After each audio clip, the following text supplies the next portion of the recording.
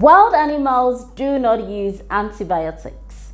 Despite this, there is a possibility that they may have antibiotic-resistant bacteria. Join me as I share with you the first part of my PhD research findings.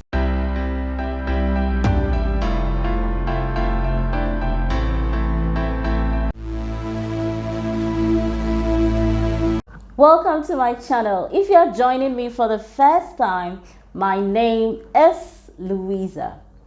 In this video, I'm going to share with you my PhD research findings. This will be in two parts. The second part will be a separate video. I'm sure some of you will be wondering what a PhD is. A PhD is a terminal degree.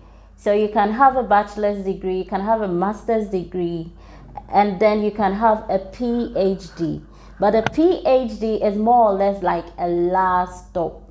Beyond that, there is no other degree. But you may decide to do another PhD. When you are awarded a PhD, your title changes to doctor. Now, everyone pursuing a PhD needs to do research work. And a research is an investigation into something to establish a fact or to draw conclusions. My research work focused on forest and water birds as reservoirs of pathogenic and antimicrobial resistant bacteria. The research had 4 objectives, but in this video, I'm going to talk about the forest birds part and 2 of the objectives. An objective is something that an action or actions intend to accomplish. My first objective looked at specific types of enteric bacteria in the birds. Enteric bacteria are bacteria that are found along the gastrointestinal tract or within the gut. And the second objective was to find out if the bacteria isolated from the birds were resistant to some specific types of antibiotics. Now, for every research work, there is a reason or a justification for doing it. So this is the reason for doing my research. I chose forest birds in a protected area. This is because they are in their natural environment or habitats, and so receive minimal or little interference from humans. Yet little is known about the antibiotic contamination in them. Now, a protected area is just what the name implies. Its use is regulated by the government. I chose a forest protected area that is relatively pristine compared to other forests in Ghana. And that area is the Ankasa Conservation Area, located in the western region of Ghana. It lies within the administrative regions of Elembele, Jomoro, and Amenfi West. The area has 2 parts, Nini Sushen National Park and the Ankasa Resource Reserve. The Ankasa Resource Reserve was selectively logged for timber until 1976. However, the Nini Sushen part remained untouched. That is why the area is said to be relatively pristine or relatively has little interference from humans or little disturbance from humans. The area has several species of animals and plants. Because I was interested in enteric bacteria, I needed to collect samples that had passed through the gastrointestinal tract.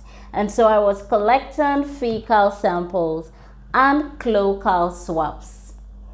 To be able to get those samples from the birds, I needed to trap them. So we used mist nets. These are nets with pockets that the birds fly into and get tangled.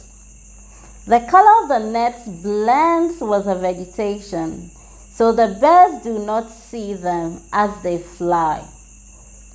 There are a couple of times I got trapped in the net myself. About 5 of these nets were set about 10 meters apart at each location. The first location was about 800 meters away from the reception area of the protected area, and the second location was the Enkwanta camp, which was about 8 kilometers from the reception area. The nets were checked every 30 minutes for captures. Captured birds were then taken to the processing area. At the processing area, the birds were examined for any sign of disease. They were identified and their ages were determined, and they were also weighed. Local swabs of freshly voided feces were collected and stored. The birds were then released to go.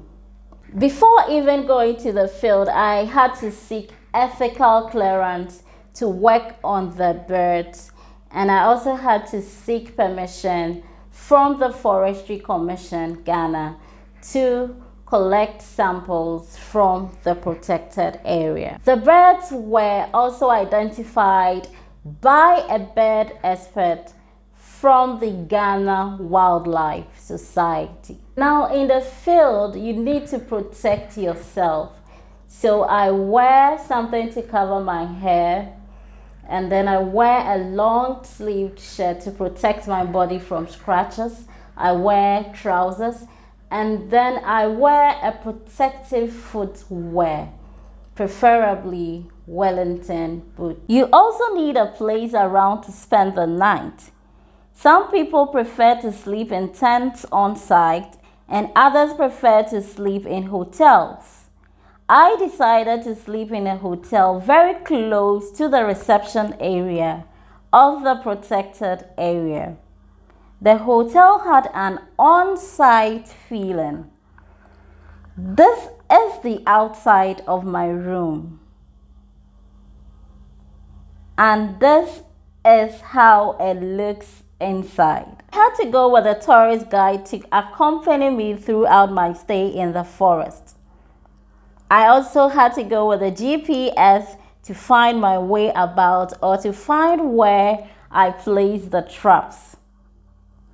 There is no network connectivity in the forest, and so I couldn't make calls or receive calls. These are some of the birds that were captured. The olive sunbird. The male has the yellow patches, and the one on the right is female. Blue-billed malimbe. Forest robin. Gray-headed bristlebill. White-tailed antthrush. Green hylia, and others. These are very beautiful and colorful birds, unlike the ones we see every day. Samples were transported to the lab for examination. In the lab, the samples were prepared to isolate bacteria, and the bacteria were tested for sensitivity to antibiotics. 90 out of the 138 birds harbored the specific type of enteric bacteria I was looking for. Antibiotic resistance of the bacteria isolates to colistin was performed. Colistin is a last resort antibiotic, and so it is used when all other or most antibiotics have failed. Colistin is a semi-synthetic antibiotic. That means it has both chemical and natural components. Only 9 of the birds harbored colistin-resistant bacteria. 32 of the birds harbored ciprofloxacin-resistant bacteria. The difference in occurrence of colistin-resistant isolates and ciprofloxacin-resistant isolates may be because the use of colistin was banned for some time until recently, when other antibiotics were not effective in the treatment of infections. All the birds that harbored colistin-resistant bacteria were captured close to the reception area of the protected area, suggesting they may have acquired these resistant bacteria via human-impacted environments. Around the reception area of the protected area, there are human settlements and farmlands around, and so there's a possibility that the birds could have flown to these environments and have acquired resistant bacteria. When the colistin-resistant bacteria were subjected to multi-drug resistance tests using antibiotics such as ampicillin, streptomycin, ciprofloxacin, and oxytetracycline, 6 out of the 9 birds were found to harbor multi-drug resistant bacteria. The chart here is showing resistance to the drugs. The red area indicates that the antibiotics did not work on the bacteria. The blue area indicates it worked to some extent, and the green area indicates it worked. So we can see that most of the isolates were resistant to ampicillin. The findings from the study suggest that antibiotic-resistant bacteria are present in birds in protected areas and may even be present in other wild animals in the protected area. The observation of colistin-resistant bacteria from only birds that were captured around the reception area suggests negative impacts from human interaction. Watch out for the second part of my research findings. I love to read your comments, so keep them coming. And if you like this video, give it a thumbs up and be sure to subscribe for more content.